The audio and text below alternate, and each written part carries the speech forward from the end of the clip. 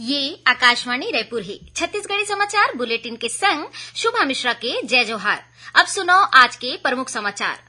वित्त मंत्री ओपी चौधरी कहीन कि छत्तीसगढ़ के जीडीपी ला अवैया 5 बछर में दुगुना करे जाना राज्य सरकार के मुख्य लक्ष्य है। राज्य सरकार डहल ले समर्थन मूल्य में धान के खरीदी काली शनिवार और परसों रविवार के छुट्टी के दिन में घलो करे जाही। और दंतेवाड़ा जिला में माओवादी मन डहर ले लगाए गए आईडी के चपेट में आए ले एक जवान घायल। अब समाचार विस्तार ले। वित्त मंत्री ओपी चौधरी कहीन कि छत्तीसगढ़ के जीडीपी ला अवैया 5 बछर में दुगुना करे जाना राज्य सरकार के मुख्य लक्ष्य है। श्री चौधरी ए बात नवा रायपुर में स्टार्टअप कंपनी मन बर इलेक्ट्रॉनिक्स और आईटी विभाग डाहले होइया नीति से प्रगति परिचर्चा के दौरान कही। परिचर्चा ला संबोधित करत वित्त मंत्री कहीन कि प्रधानमंत्री नरेंद्र मोदी के नेतृत्व में विकसित भारत के तर्ज पर विकसित छत्तीसगढ़ के संकल्पना ला आगू बढ़ाना है। उन्होंने कहीन कि आज के युग नवाचार और ज्ञान के है। एकर बर कोनो तीर अच्छा आइडिया है तो ओला आगू बढ़े ले कोई रोक नहीं सके। उन्होंने बताइन कि नवा रायपुर में एक बछर में 6000 आईटी प्रोफेशनल सेटअप तैयार करे के लक्ष्य है। उन्होंने कहीन कि अवैया 5 बछर में नवा रायपुर आईटी बिजनेस कॉन्फ्रेंस और वेडिंग सेंटर के हब के रूप में उभर ही। उहे कार्यक्रम ला संबोधित करत उद्योग मंत्री लखनलाल देवांगन कहीन कि एक छोटे से घलो उद्योग स्थापित होए ले कतकोन लोगन ला रोजगार मिलथे। एकर बर राज्य सरकार स्टार्टअप के संग ज्यादा ले ज्यादा उद्योग के लाभ बर नीति बन पर काम करत है। केंद्रीय महिला और बाल विकास मंत्री स्मृति ईरानी कहीन कि प्रत्येक आंगनबाड़ी कार्यकर्ता मन ला 2 लाख रुपया तक जीवन बीमा और दुर्घटना कवर के लाभ देगे है। लोकसभा में आज पूरक प्रश्न के उत्तर दे तो उन्होंने कहीन कि प्रधानमंत्री श्रम योगी मानधन योजना के अंतर्गत पेंशन योजना के विस्तार करेगे है। केंद्रीय मंत्री कहीन कि काली घोषित अंतरिम बजट के अनुसार आयुष्मान भारत के लाभ आंगनबाड़ी और आशा कार्यकर्ता मन तक बढ़ा देगे है। मुख्यमंत्री विष्णुदेव साय आज रायगढ़ में स्थापित शहीद कर्नल विप्लव त्रिपाठी के प्रतिमा के अनावरण करीन। कर्नल त्रिपाठी के प्रतिमा रायगढ़ में उखर नाव में राखे गए स्टेडियम के बाहर स्थापित करे गए है। बेरा में वित्त मंत्री ओपी चौधरी शहीद कर्नल विप्लव त्रिपाठी के माता आशा त्रिपाठी और पिता सुभाष त्रिपाठी, ब्रिगेडियर विवेक शर्मा, ब्रिगेडियर आशीष दास के संग भूतपूर्व सैनिक संगठन के सदस्य उपस्थित रही। जानवा के मुताबिक शहीद कर्नल विप्लव त्रिपाठी 13 नवंबर 2021 के म्यांमार सीमा ले लगे विहाग में अलगाववादी समूह डहल ले घात लगा के करेगे हमला में अपन जवान मन ला बचात हुए आखिरी गोली तक मुकाबला करीन। ए दौरान सर्वोच्च बलिदान देवत हुए अपन पत्नी अनुजा और 6 साल के बेटा अबीर के संग वीर गति पाइन। कृषि मंत्री रामविचार नेताम चक्री फसल बर किसान मन ला प्रोत्साहित करे बर कहे है। ए बात श्री नेताम काली रायपुर में विभागीय कामकाज के समीक्षा के दौरान अधिकारी मन ले कहीन। श्री नेताम कहीन कि प्रदेश में उद्यानिकी फसल के अच्छा संभावना है। उन्होंने बताइन कि उद्यानिकी फसल के प्रसार बर सरगुजा संभाग में 1000 एकड़ के पायलट प्रोजेक्ट चलाए जाही। एकर बर उन्होंने अधिकारी मन ला प्रस्ताव तैयार करे के निर्देश दे है। बैठका में श्री नेताम कहीन कि केंद्र और राज्य सरकार के योजना ला लागू करत हुए सुनिश्चित करे कि पात्र और वास्तविक किसान ला इखर लाभ मिले। उन्होंने कहीन कि दलहन तिलहन जैसे चक्री फसल ले मिट्टी के उर्वरा शक्ति बाढ़थे। श्री नेताम प्रधानमंत्री किसान सम्मान निधि योजना में अबुझमाड़िया, बिरहोर, बैगा, कमार और पहाड़ी कोरवा जैसन विशेष पिछड़ा जनजाति और वन अधिकार पत्रधारी किसान मन संग पात्र हितग्राही मन ला 100% जोड़े बर कहीन।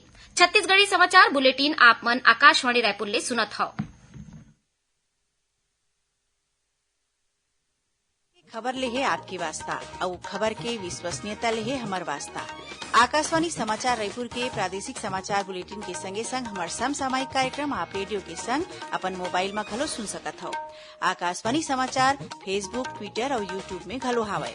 हमार फेसबुक पेज हरे Chhattisgarh news on AIR, Twitter handle CGAIR news और हमार यूट्यूब चैनल हरे छत्तीसगढ़ AIR न्यूज। तो अब रेडियो के संगे संग आपके मोबाइल के माध्यम ले हम आप तक पहुंचत हन। छत्तीसगढ़ के हर खबर पर सुनत रहो आकाशवाणी समाचार। अब आगू बाढ़बो बाँचे समाचार कोती। सुनैया मल्ला बतादन कि प्रादेशिक समाचार एकांश रहल ले समसामयिक विषय में आधारित साप्ताहिक कार्यक्रम बातों बातों में ए बखत केंद्रीय वित्त मंत्री रहल ले 1 फरवरी के पेश अंतरिम बजट ऊपर जाने माने अर्थशास्त्री प्रोफेसर आर के ब्रह्मे ले लेगे भेंट वार्ता प्रसारित करे जाही। एकर प्रसारण आकाशवाणी के रायपुर केंद्र रहल ले काली 3 फरवरी के बिहनिया 10:30 बजे ले करे जाही। एला छत्तीसगढ़ के जम्मू आकाशवाणी केंद्र एके संग्रह रिले करही। राज्य सरकार डहाले समर्थन मूल्य में धान के खरीदी काली शनिवार और परसों रविवार के छुट्टी के दिन में घलो करे जाही। ए बात मुख्यमंत्री विष्णुदेव सायहा आज रायगढ़ जिला के पुसौर धान खरीदी केंद्र के निरीक्षण के दौरान किसान मन ले चर्चा करत किहिन। मुख्यमंत्री हा खरीदी केंद्र पहुंच के किसान मन ले पूछिस कि ओमन ला धान बेचे में कोनो परेशानी त नहीं होवत हे। एमा एक किसान हा बताइस कि अभी कुछ दिन में होए वर्षा के सेती धान नहीं बेच पाए रहिस, फेर खरीदी के तारीख बढ़ाए के फैसला ले हमर चिंता दूर होगी। ए दौरान श्री सायहा कहिन कि किसान मन ला धान खरीदी के अंतर राशि के भुगतान जल्दी करे जाही। जानवा के मुताबिक राज्य सरकार डहाले धान खरीदी के समय सीमा 4 फरवरी तक बढ़ा दे गे हे। फिर 3 और 4 फरवरी के छुट्टी होए के बाद घलो एला दोनों तारीख में धान खरीदी के निर्देश दे गे हे। समर्थन मूल्य में अब तक किसान मन ले 144 लाख मीट्रिक टन ले ज्यादा धान के खरीदी करे जा चुके हैं। छत्तीसगढ़ राज्य न्यायिक अकादमी में बांग्लादेश के 50 न्यायिक अधिकारी मन के 5 दिवसीय प्रशिक्षण कार्यक्रम के आयोजन करेगी। प्रशिक्षण के आखिरी दिन छत्तीसगढ़ उच्च न्यायालय के मुख्य न्यायाधीश रमेश सिन्हा कार्यक्रम में शामिल हुई। कार्यक्रम ला संबोधित करत ओमन कहिन कि न्यायपालिका के मुख्य काम निष्पक्ष और जल्दी न्याय दिवाना है। ओमन हा ए बात में जोर दीस के न्यायाधीश मन के काले कुशलता ला बढ़ाए बर न केवल अच्छा प्रबंधक होना जरूरी है बल्कि तकनीकी रूप ले निपुण होना घलो जरूरी है। ओमन हा छत्तीसगढ़ उच्च न्यायालय के काम और न्यायालय के कार्यवाही के लाइव स्ट्रीमिंग प्रक्रिया ले घलो बांग्लादेश के न्यायिक अधिकारी मन ला अवगत कराइन। दंतेवाड़ा जिला में माओवादी मन डहाले लगाए गे आईईडी के चपेट में आए ले एक जवान घायल हो गए है।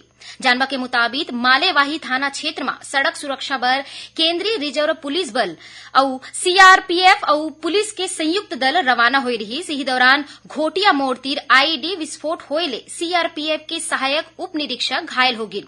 घायल जवान ला अस्पताल में भर्ती करे गे है। ओती नारायणपुर जिला में माओवादी मन हा 3 गाड़ी में आगे लगा दिन। मिले खबर के अनुसार जिला के कुरुशनार थाना क्षेत्र के गांव जीवला पदर में पाछू रथिया 5 हथियार बंद माओवादी पहुंची नौ यहां पुल निर्माण काम में लगे टैंकर, मिक्सर मशीन और ट्रैक्टर में आगे लगा दिन।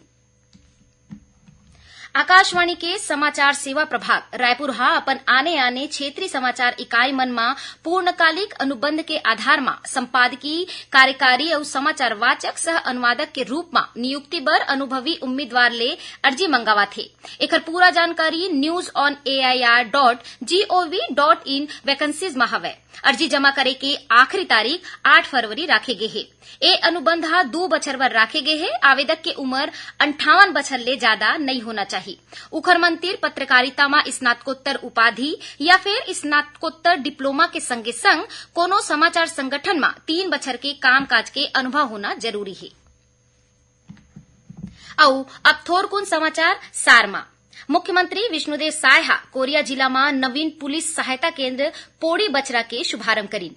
पहले ये पुलिस सहायता केंद्र पोड़ी थाना खड़गवा जिला मनेन्द्रगढ़ चिरमिरी भरतपुर में रही सबेला कोरिया जिला के बैकुंठपुर थाना में मिला ले गे है।